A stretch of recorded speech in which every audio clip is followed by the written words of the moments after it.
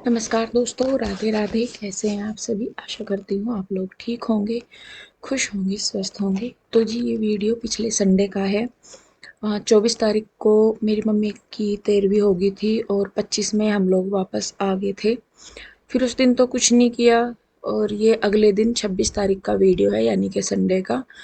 और कपड़े देखिए कितने सारे हो रहे हैं। और वही है कि देखिए, अब काम में अपने आप को व्यस्त रखना है, तो इसीलिए मैंने सोचा, मैंने कहा चलो थोड़ा सा अपने आप को काम में बिजी कर लेती हूँ, तभी जाके थोड़ा सा कुछ हो पाएगा। क्योंकि मन में तो जो चीज़ें चली रही हैं, वो पड़े भी रहो तब भी चली रही, तो इससे तो अच्छा अपना मैं काम भी कर लूँ और थोड़ा सा अपने मन को भी हो जाएगा। और काम भी देखिए ज़रूरी, कपड़े 3-4 दिन के हो गए थे, घर जाने से पहले ही मैंने धुले थे। और फिर उसके बाद के भी तो बहुत सारे हो रहे थे कपड़े, मैंने कहा चलो मैं कर लेती हूँ। तो यहाँ पे बस मैंने मशीन लगा दी थी। और वही है, जैसा कि भाई कहते हैं ना कि जब कुछ काम नहीं मिलता तो अपने ही तराजू से अपना ही सामान तोलने लगते हैं। वो एक कहावत है कि फिर अपने ही सामान तोलने लगते हैं। तो वही मेरा काम हो रखा है कि भाई जब कुछ नहीं मिल रहा तो अपने आप को बिजी रखने के लिए जो मुझे आगे दिख रहा मैं वो कर रही। तो आज मैंने सोचा कि चलिए ये कपड़े धुलेंगे, जब तक ये मैट भी मैं आज धुल दूंगी। इस पे पानी सा डाल दूंगी। ये मैट काफ़ी गंदी सी हो रही थी, और बल्कि मैं पहले सोच रही थी इसको धुलना, लेकिन बीच में ये सब कुछ हो गया तो फिर मैं नहीं धुल पाई। और इसमें टाइम भी बहुत लगता है धुलने में, क्योंकि गंदी भी बहुत हो रही थी। और ये मशीन में नहीं घूमती, हार्ड है ये वाली मैट। जो कपड़े से वाली होती है वो तो घूम जाती है मशीन में, लेकिन ये नहीं। तो यहाँ पे मैंने इस पे पानी सा चला के ऊपर थोड़ा सा सर्फ डाल दिया था। मैंने कहा जब तक मैं कुछ और काम करूँगी तब तक ये जो है थोड़ा सा इसका मैल सा गल जाएगा और फिर मैं इसको साफ़ कर दूँगी। तो जो कपड़े हो गए थे वो भी मैंने निकाल दिए हैं मशीन से, और भी कपड़े मैं डाल दूँगी। तो जब तक यहाँ पीछे कपड़े धुलेंगे वगैरह तो मैं अपना किचन का काम थोड़ा सा समेट लूँगी।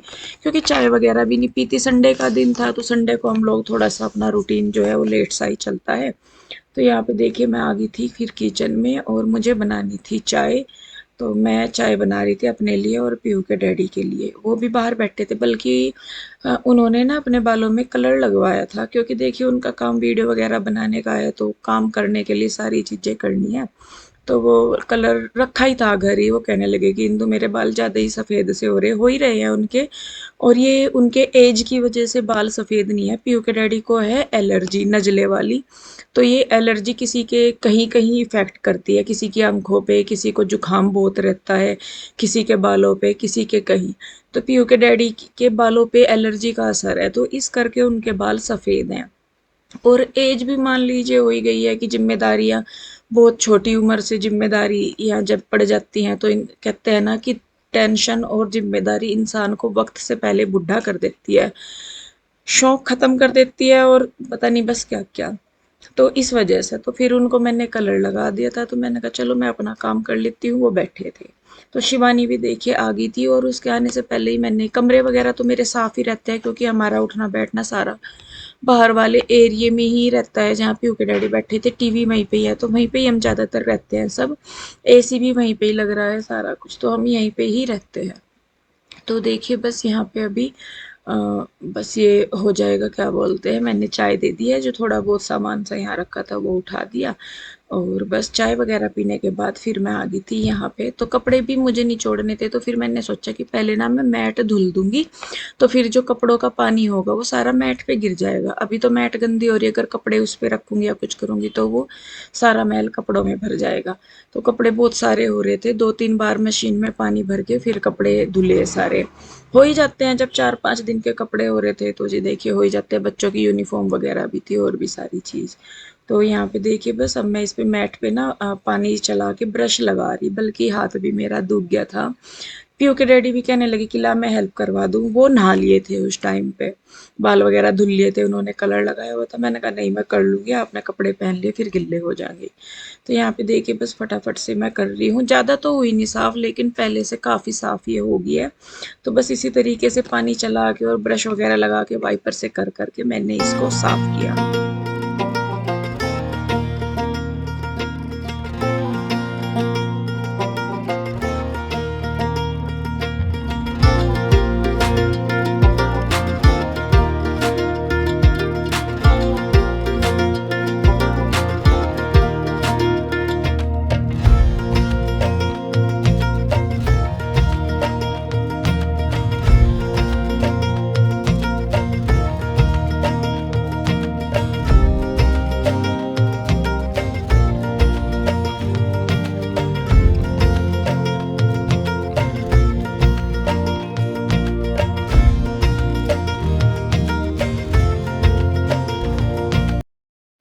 तो जी उसके बाद मैंने यहीं पे ही फिर कपड़े निचोड़ने शुरू कर दिए। बहुत लेट हो गया था और अब तो ऐसा हो जाता है कि 7 बजे ही इतनी तेज़ धूप हो जाती है ना, दोपहर सी लगने लगती है।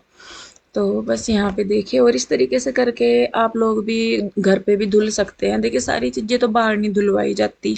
मैं तो कोशिश करती हूँ कि ज़्यादातर कपड़े अपने धुल दूँ, और अभी घर से आने के बाद तो मैंने काफ़ी सारे कपड़े धुले हैं, पर्दे भी धुले हैं, और क्या बोलते हैं कंबल वगैरह जो ओढ़ने के वो भी, बस इसीलिए ताकि अपना टाइम कहीं ना कहीं लग जाए और साथ में अपना काम भी हो जाए कुछ ना कुछ।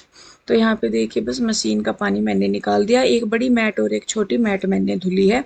तो अभी धूप क्योंकि तेज हो रही थी तो फिर मैंने कपड़े ना धुल के रख दिए थे, मैंने कहा इनको मैं थोड़ा सा शाम को डाल लूंगी। और 4 बजे से तो 2 घंटे में कपड़े सूख जाते हैं, उसके बाद भी धूप अच्छी निकलती है। फिर उसके बाद मैं नहाई धोई, मैंने बाल वगैरह बनाए, और जो मैंने सुबह वीडियो डाला था कृष्णा मोम एंड फूड पे जो वीडियो है, उसमें आप लोगों को मैं मेकअप में नज़र आ रही थी। और मैंने बताया भी था कि वो वीडियो उस दिन का है जिस दिन मैं लाइव आई थी, और उस दिन मम्मी ठीक थे, सुबह से मतलब थोड़ी सी दिक्कत हो रही थी, और उसी दिन रात को मम्मी पूरे हो गए थे। तो ऐसा तो कुछ था ही नहीं कि भाई ऐसा कुछ होगा। और अभी ये जो हम आपके सामने है ये मम्मी के बाद का है। देखिए इतना तो हम भी जानते हैं कि भाई हमें किस माहौल में किस तरीके से रहना है। हमारे माँ बाप दोनों गए हैं, ऐसा नहीं है कि हम उस दुख से हट के या उस दुख से निकल के ये करेंगे कि भाई हम तैयार हो के बैठेंगे। रही बात बिंदी और सिंदूर की, वो इसलिए मैं लगा लेती हूँ क्योंकि देखिए मेरे पति हैं, और वैसे तो कुछ नहीं करती मैं, थोड़ा सा सिंदूर और एक बिंदी बहुत छोटी सी वो लगा लेती हूँ। जब तक घर में थे हम, मतलब मैं मायके थी अपनी, और ये भी हमने मम्मी की जो 13वीं हुई उसके बाद ही मैंने लगाना शुरू किया। आंसू तो लगाती नहीं अभी भी, लेकिन मैंने मम्मी की 13वीं के बाद ही लगाना शुरू किया। वो भी कभी लगा लेती हूँ, कभी नहीं लगाती, मतलब ऐसा नहीं है। तो जी देखिए मौके की जो नज़ाकत है, अगर थोड़ा सा उसे समझेंगे तो हमें भी ईजी होगा। और हमेशा एक चीज़ सभी कहते हैं कि कभी भी उस तरह की बात नहीं बोलनी चाहिए, क्योंकि ये जो दुख है ना, ये ज़रूरी नहीं है ये हम पे ही आया। ऐसा कोई घर नहीं जिसमें ये दुख नहीं आया या नहीं आएगा। इस धरती पे जो आया है वो सबको जाना है। लेकिन आप दूसरे के दुख का मजाक बनाते हैं, दूसरे के दुख के ऊपर चार बातें सुनाते हैं। तो ये मत भूलिए कि ये दुख सबके ऊपर आते हैं, हमारे ऊपर आया है, सबके ही, हमसे पहले भी बहुत के ऊपर आया, हमसे आगे भी बहुत के ऊपर आएगा। क्योंकि इस धरती पे कुछ भी परमानेंट नहीं है, और इंसान तो बिल्कुल भी नहीं है। तो ऐसा मत कीजिए कि कल को जब आपके साथ ऐसा कुछ हो तो आपको शर्मिंदगी महसूस हो, कुछ भी करते हुए आपको अपने आप में ये शर्म महसूस हो कि हाँ हमने उनके साथ ऐसा करा था या हमने उनके लिए ऐसा बोला था, आज जब हमारी बारी आ रही तो हम खुद कैसे कर रहे। तो सारी चीज़ें इंसान को देखनी और सोचनी चाहिए। तो देखिए जी यहाँ पे मैंने दाल और चावल बनाए थे। दाल मैंने साबुत मसूर की बनाई थी और चावल बनाए थे, और साथ में मैं बनाऊंगी रोटियां। तो उधर मैंने दाल चावल रख दिए हैं बनने, आटा बन जाएगा, आटे के बाद फिर मैं जो चावल है वो निचोड़ दूंगी, और उसके बाद फिर मैं रोटी बनाऊंगी।